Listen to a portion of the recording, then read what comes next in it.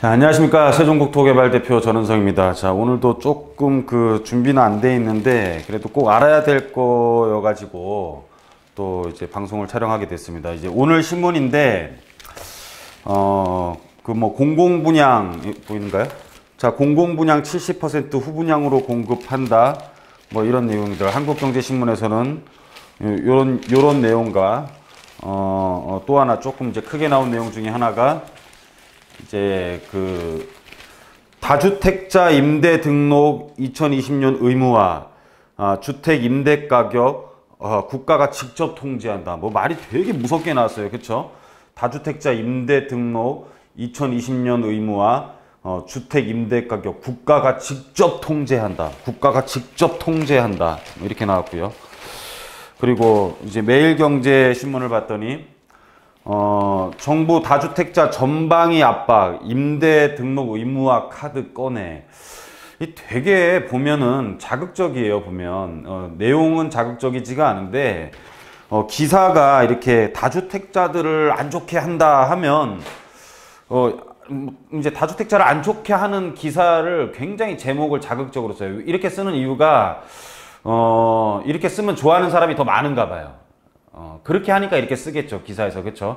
실질적으로 지금 내용을 검토를 하려고 이제 국토교통부를 지금 이 홈페이지를 띄워놨는데 그렇게 다주택자를 압박하는 기사를 쓰면 좋아하는 사람이 많으니까, 여러분들 중에서도, 시청자들 중에서도 저 안티들 좀 있는데 막 이제 집값 떨어진다 그러면 되게 좋아하는 사람들이 있어요. 오른다 그러면 싫어하고. 근데 그 사람들 속내를 보면은 집이 떨어져야 된다라고 이제 굉장히 생각을 하는 사람. 저도 이제 어느 지역에서는 집이 좀 떨어져야 되는 부분들도 있고, 뭐 어떤 부분들은 좀 끌어올려야 되는 지역도 있다라고 저는 생각을 해요. 뭐 모든 집값이 다 올라야 된다라고 말하는 건 굉장히 잘못된 생각이지만, 이 집이 떨어져야 된다라는 어떤 굉장히 부정론자들, 인구 감소론자들이라든지 뭐 이런 분들 보시면은 집을 안 산다라는 얘기가 아니고, 그 사람들의 속내를 가만히 살펴보면 어떤 얘기가 들어가 있냐면은 지가 떨어졌을 때 산 다음에, 지가 산 다음에 올라야 된다라는 뜻이 숨어져 있어요. 가만히 속내를 보면 그 사람들 뜻이 집이 떨어진 다음에 모든 집값이 그 상태로 유지된다라는 뜻이 아니고,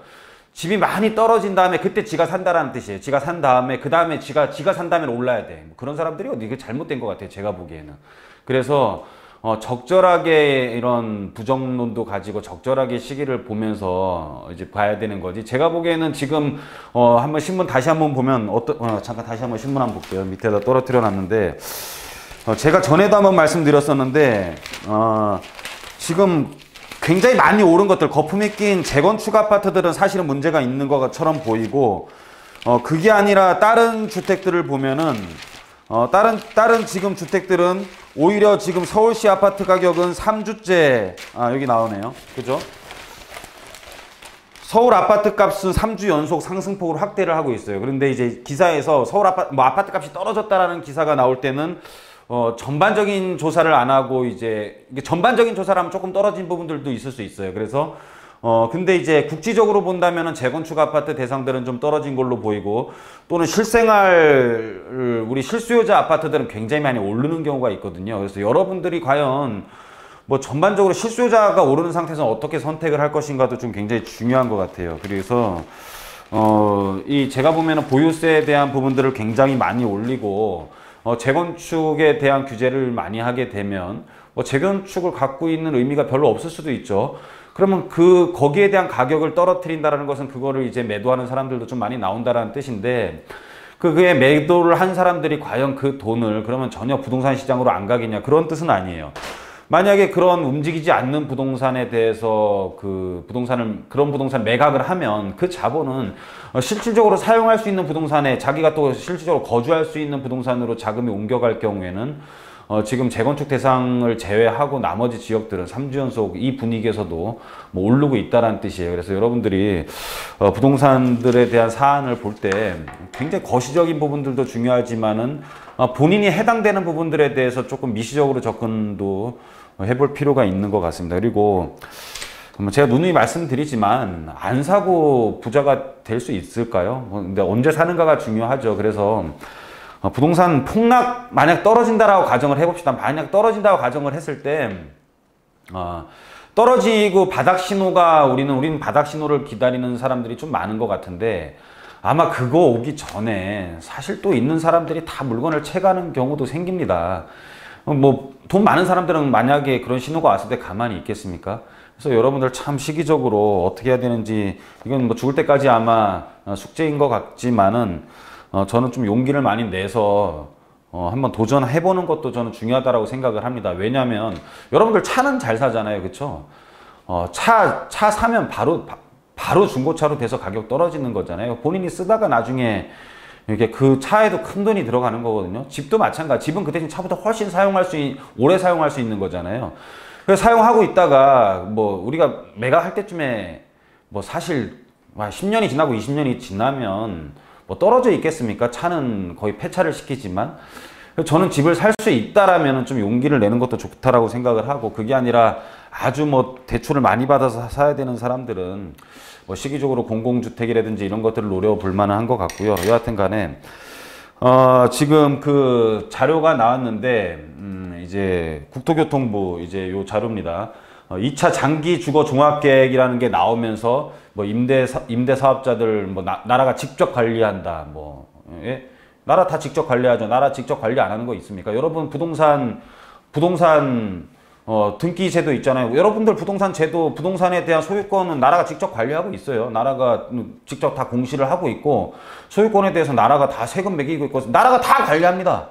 근데 이런 기사가 굉장히 자극적으로 나오는 거죠. 임대사업자 중공공 임대주택 그냥 그 얘기랑 똑같은 거예요. 5% 상한제 두는 것을 나라가 직접 관리한다라고 표현을 했습니다. 그래서 그 자료들 그래서 2차 장기 주거 종합계획 수정계획이라고 해서 나왔는데 이 부분들에 대해서 한번 되게 재미없는 내용이지만 한번 짚어보도록 하겠습니다.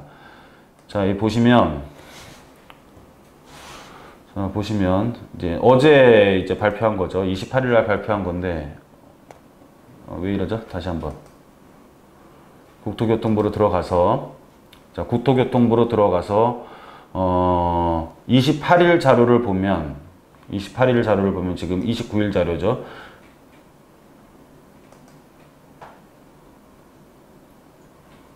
왜 이러죠? 예, 뭐 하여튼 되긴 되는 것 같습니다. 여하튼 간에 28일 자료를 보면 국민 누구나 집 걱정 없는 요거를 한번 클릭해 보도록 하겠습니다. 그래서 2차 장기 주거 종합계획 수정계획이 나왔는데 이제 이거를 토대로 지금 신문 기사 나온 거거든요.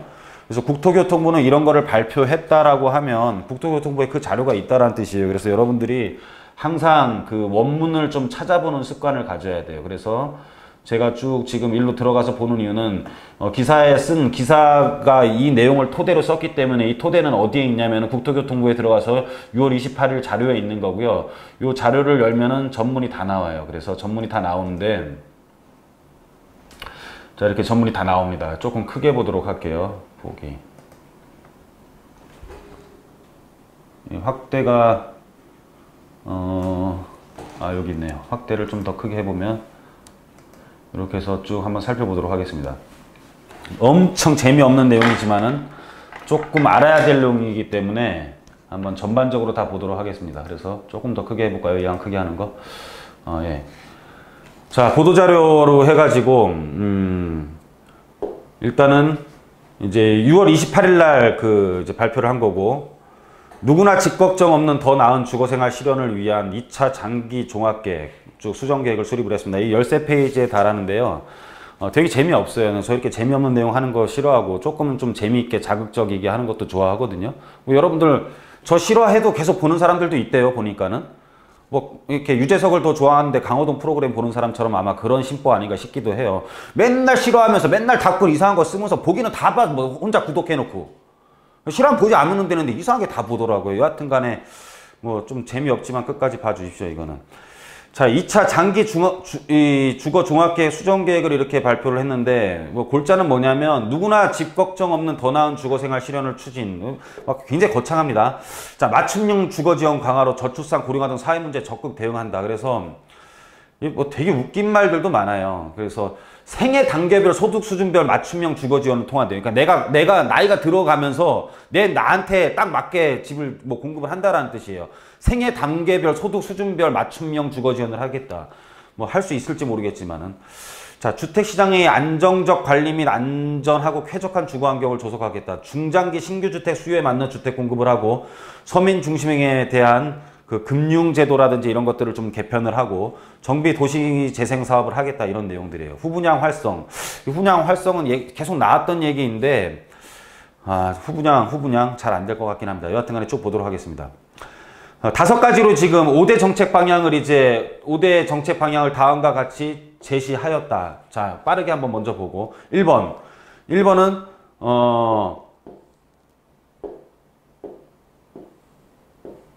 왜 안 움직이죠?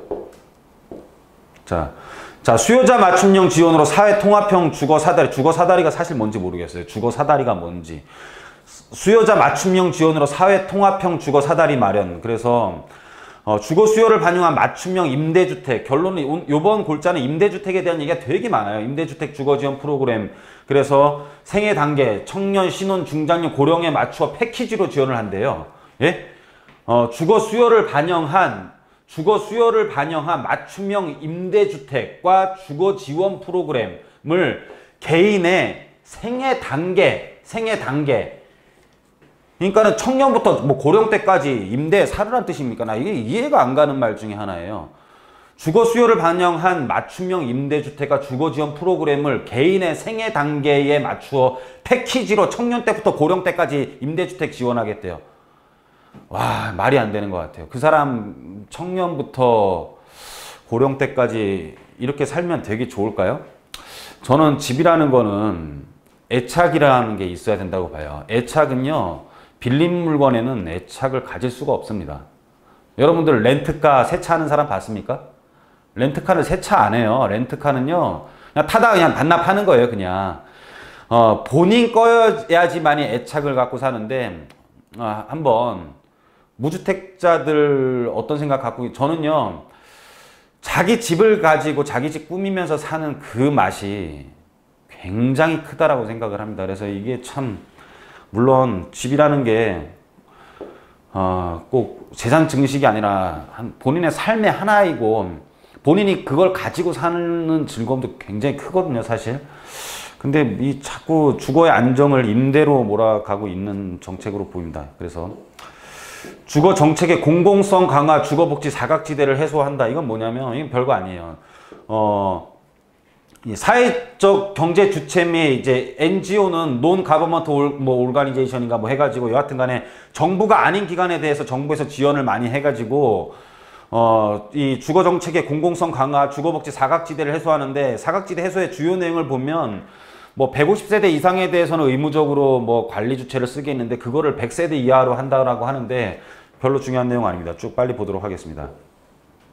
임대차 시장의 투명성, 안정성 강화, 상생 문화 구축. 그래서 이건 상생이라는 말을 쓰고 있는데 공공임대주택이라는 게 있고 공적임대주택이라는 게 있는데 아직 공적임대주택 같은 경우에 정의가 제대로 되어 있지는 않는 것 같아요. 그래서 공공임대주택이 있고 공적임대주택은 아마 조금 내용을 살펴보면 정확한 정의는 나와 있지 않은데 법제처에도 없습니다. 그래서 조금 더 필요한 것에 공공의 성격을 조금 더 강한 것을 공적임대주택이라고 말을 하는 것 같아요.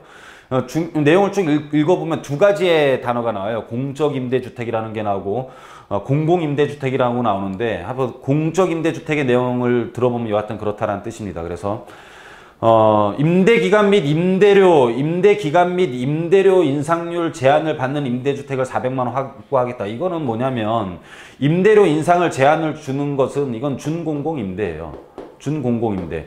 이 준공공임대를 많이 확보하겠다. 그 준공공임대 사업자를 많이 확보하겠다. 이제 그런 뜻인데 막 되게 무서운 말로 쓴 거예요. 나라가 직접 통제하겠다고 하니까는 막 집 없는 사람들 되게 좋아하는가 봐요. 그렇죠? 그렇게 해서 내용은 쭉 읽어보면 임대 등록을 촉진하겠다라는 뜻이에요. 그래서 19년부터 임대소득 과세와 건보료 부과를 시행하되 등록자, 임대 등록 사업자에 대한 혜택은 오히려 강화를 한답니다. 강화해서 임대 등록을 촉진해가지고 임대 등록을 촉진해서 중공고 임대 등록을 촉진해서 공공임대주택을 촉진을 해서 거기에 대해서는 의무기간이 8년이고 8년이 있기 때문에 8년 동안 그런 임대주택을 많이 확보를 해서 인상제한율은 우리가 임대차 갱신될 때마다 5%로 제한하는 주택들을 많이 늘리겠다라는 뜻이고 별 내용이 없어요. 그냥 많이 늘리겠다 그 뜻입니다. 많이 늘려서 임대료 상한제가 적용받는 주택을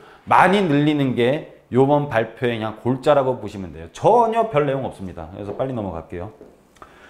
그리고 실수요자 중심의 주택 관리를 하겠다. 그래서 뭐 멸실주택을 고려해가지고 소득 중과율 멸실주택을 고려해서 주택을 막 공급하겠다 그런 뜻이고요. 여러분들 다 읽어보십시오. 저는 뭐 빠르게만 이제 진행하는데 이제 12제곱킬로미터 제곱의 그 확보된 공공택지를 우선 활용해갖고 뭐 우량 입지를 확보하고 보면은 근데 좀 약간 뭐 이상한 데들도 많아요. 그린벨트 쪽에 좀 대부분 많이 있고 유수지도 들어가 있는 것 같아요. 여하튼 간에 뭐 그런 데서 공공지구로 추가로 지정을 하겠다. 그래서 선분양 위주의 다양한 방식에 의한 주택 공급을 통해 선택권이 제고될 수 있도록 선분양 위주에서 다양한 방식에 의한 주택 공급을 통해 그러니까 선분양 위주가 아니라 다양한 방식에 의한 주택 공급을 통해 소비자의 선택권이 제고될 수 있도록 후분양을 활성화한다. 이게 무슨 뜻이냐면 선분양할 때는 소비자의 선택권이 이렇게 너무 뭐 모델하우스에 제한되어 있는 건데 어느 정도 다 완성된 다음에 뭐 후분양을 하겠다라는데 그게 큰 의미는 없는 것 같아요. 저는 그냥 이렇게 후분양을 하게 되면 어떻게 되냐면 이 분양 이게 좀 약간 희한한 메커니즘인데 자 A라는 주택을 지어요. 예를 들어 A라는 주택을 짓는데 여기에 신규 분양받은 사람들이 이제 계약금 뭐 중도금 낼 거 아니에요.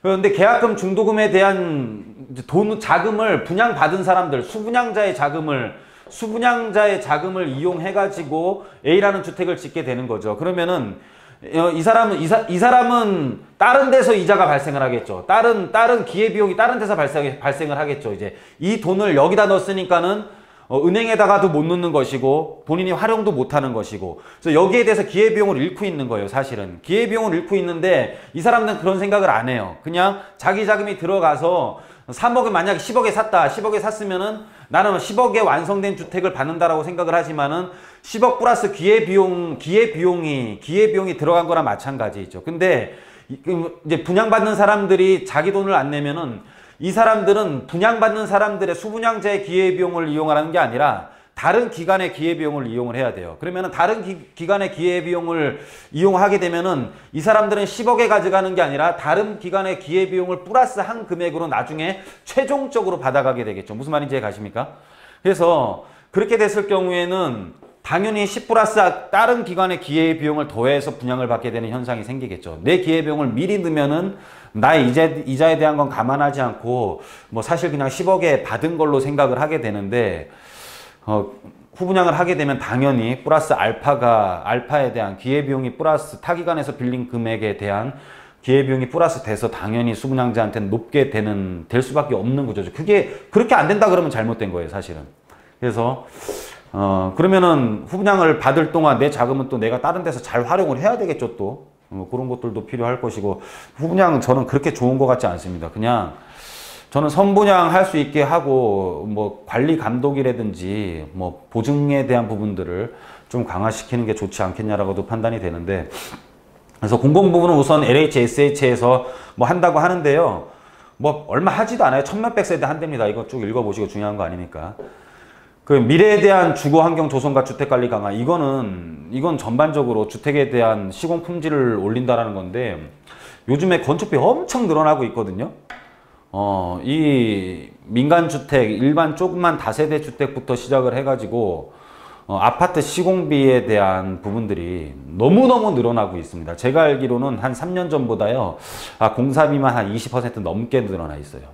그런데 미래에 대비하는 주거환경 조성과 주택관리 강화 아주 좋은 겁니다. 주택 품질 향상을 하고 미래주택 공급통은 뭐 좀 좋은 말 다 써놨습니다. 여하튼 간에 뭐 제로 에너지 주택 보급, 제로 에너지가 있을 수 있는지 모르겠지만은 뭐 제로 에너지 주택 보급 및 친환경 건축 자재, 뭐 단지 설계, 뭐 하여튼 뭐 영어도 써가 R&D, 리서치 앤 디벨로퍼인지 뭐 무슨 소리인지 모르겠어요. 여하튼 간에 장수 수명 건설 인증기간 개선 모듈러 주택 및 스마트홈 기술 막 이렇게 해가지고 뭐 이거 다 들어가면 다 비싸진다라는 뜻이죠. 그쵸? 그래서 이런 것들을 지금 앞으로 하겠다라는 것과 정비사업 도시재생사업을 통한 주거 여건을 개선을 한다. 근데 이건 쭉 읽어보시면 그냥 좀 뭐 다가구 단독들을 좀 개선하는 것들과 단독 다가구를 개선하는 것들과 그리고 이제 우리가 소규모 개발에 대해서 조금 뭐 많이 신경들을 쓰고 있는 말들이 들어오고 있어요. 그리고 국토교통부는 근본 2차 종합계획 수정계획을 확고히 추진하고 2020년에는 주택 보급률을 110%에 달하게 한대요. 왜 100%가 아니고 110%에 달하게 할까요? 왜 110%에 달하게 하죠? 주택보급률은 100%, 여러분들 100% 주택보급률이 100%가 돼 있다라고 해서 집값이 이제 안정화됐다라고 생각하는 사람들 굉장히 많잖아요. 근데 왜 나라는 110%라고 해야 돼요? 지금 서울시가 지금 뭐 99점 몇 프로인가요? 뭐 맨날 통계할 때마다 좀 다르고, 인천이 한 103%인가요? 100%가 좀 넘어요, 인천이. 전국적으로는 주택보급률이 100% 안 돼요. 근데 국가에서는 110%에 달하게 해야 된대요. 왜 그럴까요? 왜 이럴까요? 그럼 아직까지도 결국은 우리나라에서 주택은 한 10% 모자란다는 뜻이잖아요. 그럼 110% 되지 않으면 사실 주택은 모자랄 수 있다는 거고, 110%가 돼야 되는 이유는 뭐냐면은 나머지 10%는 순환주택에 대한 개념을 갖는 거예요. 순환주택에 대한 개념을 갖는 건 뭐냐면 멸실주택이 발생을 할 거 아니에요. 도시는 사람에 대한, 우리 머리카락이 빠지면 어디서 나고 있어야 되잖아요. 우리 빗자루질 하면 머리카락 많죠. 이거 그대로 다 모으면은요, 1년 동안 모으면 다 대머리예요. 다 대머리. 어디선가 나야 되는 거예요. 어디선가 나야 되는데, 그런 순환이 되려면은 이 재개발, 주택도 도시도 새로 생기고 멸실이 되는 과정을 겪어야 되기 때문에 항상 주택은 100%가 넘게 돼야 되는 겁니다. 그래서 지금 되게 주택 모자라 있는 상태라고 보시면 될 것 같고요. 실질적으로 계량기가 안 돌아가는 주택도 주택 수에 많이 통계에 넣고 있거든요. 그러니까 시골에 있는 뭐 폐가 같은 경우들, 건축물은 있지만은 사람이 사용하고 있는 것들도 주택 수에 포함해가지고 무슨 뭐 주택 보급률이 되게 많은 것처럼 말을 하는데 아주 잘못된 발언 중에 하나입니다. 그래서 2018년 주거 종합계획, 이제 이거는 앞으로 장기적인 2차 장기 주거 종합계획 수정계획을 발표한 거고, 2018년 또 주거 종합계획도 이번에 같이 발표를 했어요. 그래서 서민 실수요자 170만 가구에 대한 맞춤형 주거 지원 시설 후분양 활성화, 살기 좋은 주거 환경 조성을 한다. 굉장히 좀 추상적인 부분들도 많이 있고, 한번 쭉 읽어 보십시오. 그래서 수요자의 생애 단계 소득 수준에 따라 아까 말씀드린 그런 것들, 패키지 상품 지원하는 것들, 그리고 여기 이제 두 가지 말이 아까 쓰이는데, 이게 좀 내용이 공적 임대라는 말도 쓰이고 공공 임대라는 말도 쓰여요. 청년한테 공적 임대를 뭐 지원하는 것과, 신혼은 공공 임대, 고령한테는 공공 임대, 취약계층 공적 임대, 그쵸? 조금 더 필요한 사람한테 주는 걸 공적 임대. 이거는 아주 정확한 단어에 대한 정의가, 공적 임대가 공공 임대는 아직 명확하게 나온 것 같진 않아요. 이런데 뭐 공적이 중요하고 공공이 중요합니까? 그냥 어떻게 하면 돈을 벌까가 더 중요한 거지, 그렇죠? 그래서 뭐 제 방송은 어떤 발표가 나왔을 때는 내 재산에 어떤 영향을 미칠까의 위주에 제가 이런 강의를 좀 많이 해요. 뭐 이 사안을 연구를 하고 뭐 이거를 습득을 하는 게 아니라, 이 내용은 이렇습니다. 그런데 당신은 어떻게 할 겁니까, 앞으로? 저는 이게 골자예요, 항상. 이런 내용이 나왔을 때 이 내용을 습득하는 게 중요가 아니고, 이게 나왔을 때 우리는 어떻게 해야 되느냐, 또는 이게 나왔을 때 우리한테 영향을 미치는 건 과연 뭐냐, 이것까지 파고 들어가는 게 주 골자지. 이 내용을 아는 게 뭐 중요해요, 그쵸? 쭉 보면은 결론은 쭉 내용들을 한번 읽어보시죠. 너무 길어갖고 강의하다 보니까 저 이렇게 글씨 막 읽는 거 별로 안 좋아하는데, 주요 내용은 똑같은 내용이에요. 중공공 임대에 대해서 더 많은 공공임대를 이제 확보를 할 것이고, 거기에 대해서는 나라가 이제 규제를 하는 거예요. 우리나라는 이제 뭐 중국이나 이런 데들처럼 소유권을 나라가 갖고 있지 않는 거잖아요. 소유권을 다 개인이 갖고 있고 토지에 대한 소유권이 개인한테 다 나눠지는 거죠. 뭐 중국 같은 경우는 뭐 토지는 나라 거고 건물은 또 이제 임대로 가고 이런 상황인데, 여하튼 간에 개인한테 주다 보니까 통제권이 사실 없는 건 사실이에요. 그래서 이런 법률이 뭐 생기는 것은 어떻게 보면 마땅할 수도 있는 겁니다. 다른 나라랑 이제 비교를 해보면은. 여하튼 간에 그렇지만은 우리나라 그 나라는 아니잖아요. 외국, 중국은 아니기 때문에 사유재산에 대해서 부정을 하긴 굉장히 어려워요. 그래서 하지만은 이런 그렇다고 해서 채찍만 줄 수도 없는 것이고, 그렇다 보면 아예 또 공급이 안 일어나니까. 중공임대에 대한 내용들을 살펴보면 당근과 채찍이 같이 있습니다. 근데 채찍은 제가 보니까는 의무랑 상승률 두 가지밖에 없어요. 그래서 임대 상승률이 5%인 것과 이제 임대 의무 기간을 두는 건데, 자, 저 둘 다 당근이라고 생각을 해요. 왜냐하면 여러분들 5% 올리는 거 그렇게 쉽지 않습니다.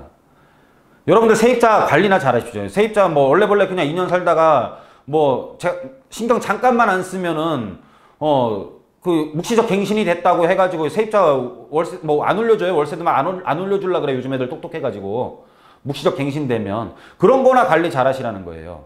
예? 그렇게 되면 막 또 4년 또 되잖아요.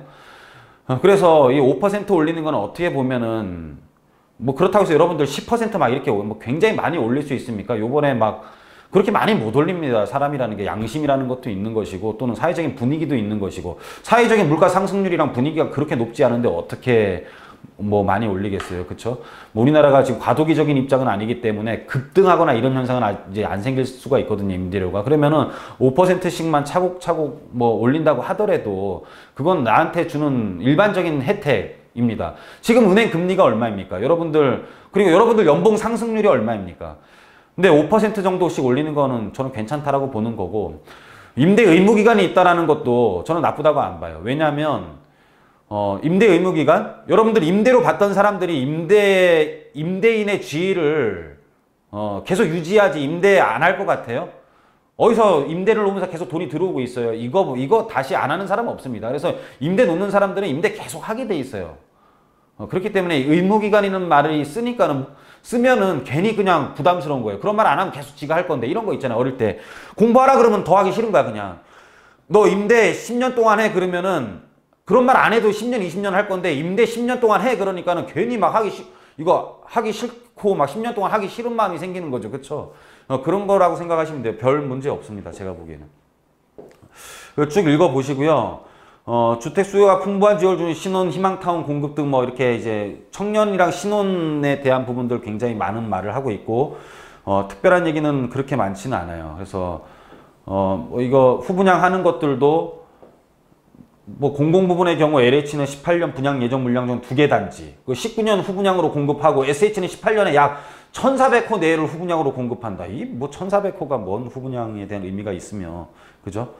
그래서 쭉 한번들 보시면 되고, 후분양에 대한 기금들 뭐 이런 것들을 잘 뭐 이제 대출 같은 걸 잘 해주겠다 뭐 그런 뜻입니다. 보면은. 그래서 특별하게 중요한 건 없는 것 같아요. 이제 이게 마지막 페이지인 것 같고요. 이거 아까 뭐 공공주택 관리 사각지대, 그러니까 말은 엄청 제목은 거창하게 썼는데 내용을 보면 아무것도 아니에요. 공공주택 관리 사각지대를 해소를 위해 의무관리 대상을 150세대 이상에서 100세대 이상으로 확대하고 관리비 내역을 공개한대요. 이게 사각지대 해소랍니다. 참 어이가 없습니다. 사실은. 사각지대 해소가 이거랍니다. 제가 읽으면서도 좀 어이가 없는 것도 좀 굉장히 많은데요. 또 하나 한번 요건 좀 자세히 지켜봐야 돼요. 마지막 자세히 좀 지켜봐야 될 부분이 하나가, 이제 소규모 정비 사업을 활성을 위해 기금융자 및 통합지원센터를 통한 행정지원을 실시하고, 요거는 약간 박원순 시장이랑 또 맞는 내용이라, 이거는 좀 서울시 쪽에 이제 이 자율정비랑 가로주택 정비 사업, 이거 가로주택 정비 사업에서는 좀 혜택도 좀 많이 있는 게 있는데, 요건 다음에 세무적인 부분들 하면서 제가 좀 한번 말씀드릴게요.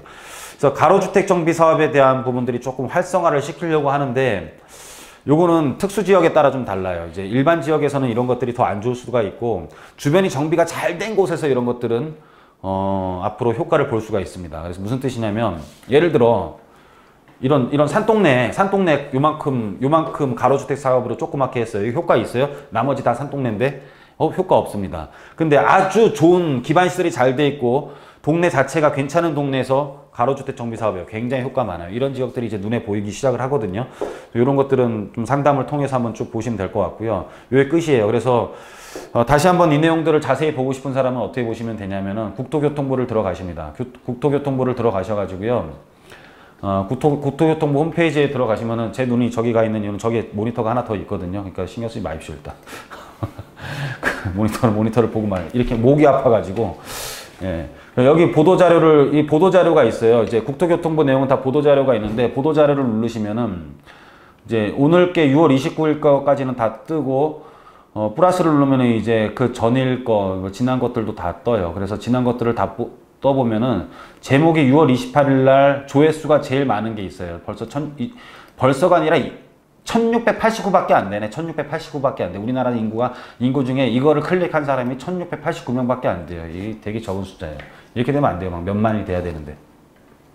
그래서 여기 보면은 국민 누구나 집 걱정 없는 뭐 더 나은 주택 주거 생활 요게 있습니다. 요걸 쭉 보시면은 요런 내용이 떠요. 쭉 해서 한번 자세히들 보십시오. 그래서 신문이 나오면은 와, 뭐 신문 내용에 굉장히 자극적인 내용에 현혹되거나 그러지 마시고 그 내용에 대한 원문을 좀 살펴보시는 습관을 한번 들여보세요. 그래서 요걸 클릭하시면은 제가 방금 띄웠던 그 내용이 그대로 다 나옵니다. 그래서 뭐 어제 발표를 해서 오늘 신문에 나왔기 때문에 조금은 좀 즉흥적으로 다소 좀 준비가 미흡했지만 그래도 뭐 오늘 발표 나온 어제 발표 나온 것과 오늘 신문 나온 것들에 대해서 한번 짚고 넘어가야 될 부분이 있었기 때문에 오늘 이 자료를 준비했습니다. 자, 오늘은 여기서 마치도록 하겠습니다.